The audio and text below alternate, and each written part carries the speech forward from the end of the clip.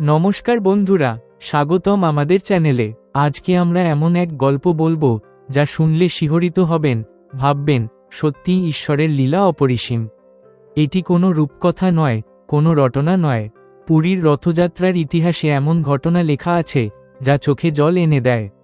আজকের ভিডিওর শিরোনাম, পথের কুকুরের জন্য থেমে গেল রথের চাকা। এক অলৌকিক ঘটনার সাক্ষী রইল গোটা পুরী।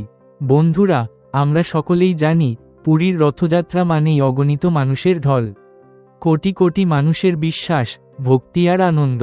কিন্তু ভাবুন তো, এত বড় রথ, হাজার হাজার মানুষ টানছে, সেই রথ যদি হঠাৎ এক ছোট্ট কুকুরের জন্য থেমে যায়, এটা কি কেবলই দুর্ঘটনা নাকি ঈশ্বরের বার্তা? আজকের ভিডিওতে আমরা এই অলৌকিক ঘটনার বিশদ বর্ণনা দেব।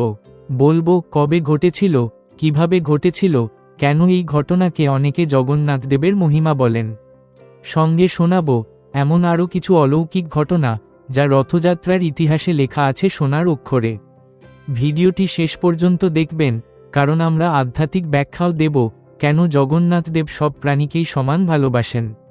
বন্ধুরা, প্রথমেই আসি রথযাত্রা উৎসবের কথায়। পুরী, ওড়িশার সমুদ্র তীরবর্তী এক প্রাচীন শহর যা জগন্নাথদেবের মন্দিরের জন্য বিশ্বখ্যাত। রথযাত্রা হল জগন্নাথদেব, বলভদ্র এবং সুভদ্রার বার্ষিক ভ্রমণ। একদিন মন্দির থেকে বেরিয়ে তারা যান গুন্ডিচা মন্দিরে।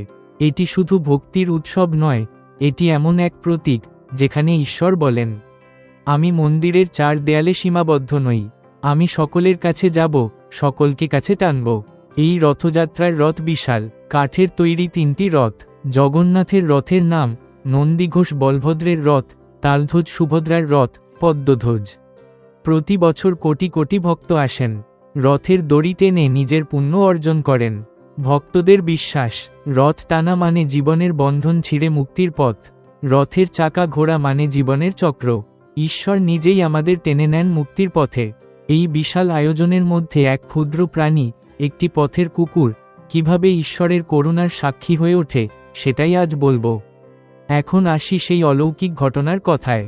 ঘটনাটি ঘটেছিল প্রায় 20-25 বছর আগে। স্থান পুরী, ওড়িশা। সময় রথযাত্রার দিন। প্রচণ্ড ভিড়, হাজার হাজার মানুষ রথ টানছে। জগন্নাথদেবের নন্দীঘোষ রথ তখন এগিয়ে চলেছে গুন্ডিচা মন্দিরের দিকে। রথ চলার সময় সবাই স্লোগান দিচ্ছে, জয় জগন্নাথ, জয় জগন্নাথ। এমন সময় এক পথের কুকুর রাস্তায় এসে বসে পড়ে। ভিড় এত বেশি যে কেউ কুকুরটিকে সরে যেতে বলে না।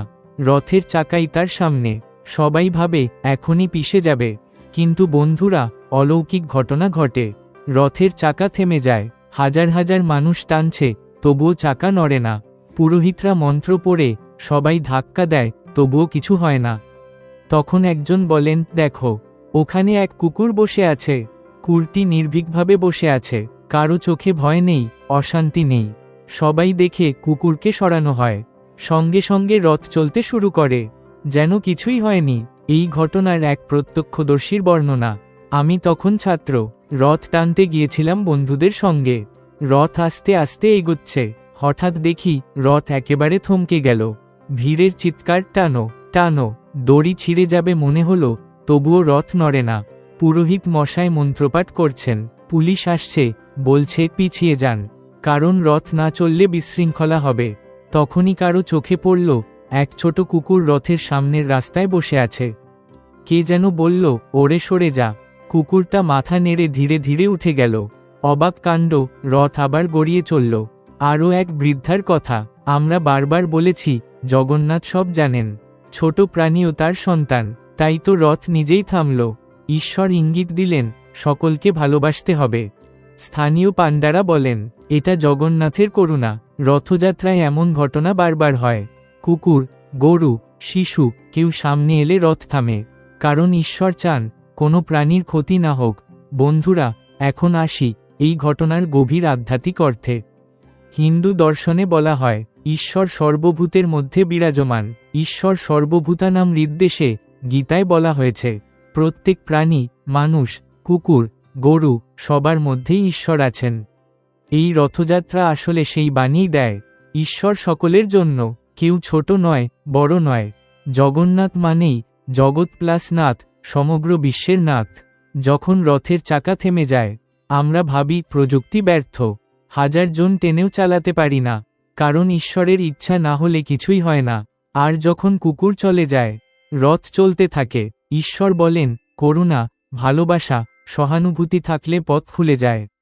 তাই পুরীর মানুষ এই ঘটনাকে লীলাময় ঘটনা বলেন। বলেন, রথযাত্রা মানেই প্রেম, সমতা, দয়া, ভক্তি। বন্ধুরা, এই প্রথম নয়, পুরীর ইতিহাসে আরও এমন বহু ঘটনা আছে। একবার রথের চাকা মাটিতে আটকে গিয়েছিল, 1000 মানুষ টেনেছে, নড়েনি। রাজা প্রণাম করে বলেছিলেন, প্রভু, দয়া কর, তখন রথ চলেছে। আরেকবার এক বৃদ্ধা রথ টানতে পারেননি, তিনি চোখের জল ফেলেছেন, তখন রথ নিজের থেকে এগিয়ে গিয়েছে তার দিকে। কখনো গরু রথের সামনে দাঁড়িয়েছে, রথ থমকে গেছে। সব ঘটনা বলে, ঈশ্বর তার ভক্তদের কষ্ট দেন না, ছোট প্রাণীকেও তিনি সম্মান দেন। সবাই সমান। বন্ধুরা, আজকের এই গল্প আমাদের শেখায়, পথের কুকুরকে তুচ্ছ ভাববেন না, যে কোনো প্রাণী ঈশ্বরের সৃষ্টি। রথযাত্রা শুধু মেলা নয়, এটা মানবিকতার শিক্ষা। আজ আমরা আধুনিক সভ্যতা গড়ছি, বড় বড় গাড়ি, প্রযুক্তি, ক্ষমতা, সবকিছু আছে, কিন্তু আছে কি দয়া, সহানুভূতি? রথযাত্রার এই গল্প বলে, ক্ষমতা দিয়ে নয়, ভালোবাসা দিয়ে চলুন। ছোট প্রাণীকেও সম্মান দিন, ঈশ্বর তখনই সন্তুষ্ট হন। বন্ধুরা, যদি আপনাদের এই ভিডিও ভালো লাগে, লাইক করুন, শেয়ার করুন, সাবস্ক্রাইব করুন। আপনার মতামত কমেন্টে লিখুন। আপনি কি ভাবেন, ঈশ্বর কি সত্যিই সব প্রাণীকে সমান ভালোবাসেন? আমরা পরের ভিডিওতে আরও এমনই অলৌকিক ঘটনা নিয়ে আসব, তখনও সঙ্গে থাকবেন। বন্ধুরা, শেষ কথায় বলি, জগন্নাথদেবের রথযাত্রা আমাদের অহংকার ভাঙে, আমাদের মনে করিয়ে দেয়, সবাই সমান, সবাই আমার সন্তান। আজকের এই অলৌকিক গল্প শুধু কুকুরের নয়, এটা ঈশ্বরের বার্তা। আমরা যতই শক্তি দেখাই, প্রযুক্তি ব্যবহার করি, ঈশ্বরের ইচ্ছা ছাড়া কিছুই হবে না। এক কুকুরকে রক্ষা করতে রথ থেমে যেতে পারে।